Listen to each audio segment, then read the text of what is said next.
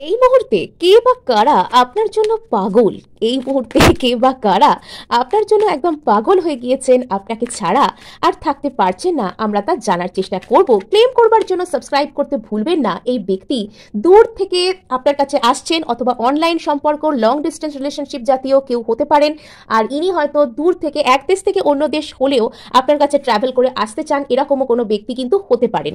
আচ্ছা, ইনি বর্তমানে হয়তো আপনাকে কিছু বলছেন না, আর ইনি নিজের মধ্যে একটা স্ট্রেংথ বজায় রেখেছেন, জোর করে নিজেকে আটকানোর চেষ্টা করছেন, বা এই সম্পর্কটাকে সুন্দর করতে গেলে যা কিছু শক্তির প্রয়োজন, ইনি সেই শক্তিটা নিজের মধ্যে আনতে চাইছেন। হঠাৎ করেই এনার মধ্যে একটা বড় ধরনের রিয়েলাইজেশন হবে যে ইনি আর নিজেকে আটকাতে পারবেন না আপনার কাছে আসার থেকে। হুইল অফ ফরচুন, এখানে ডিভাইন টাইমিং এর জন্য আপনাদেরকে অপেক্ষা করতে বলা হচ্ছে। ডিভাইন টাইমিং এখানে কিন্তু সঠিক সময় এলে তিনি আর আপনার থেকে দূরে থাকতে পারবেন না।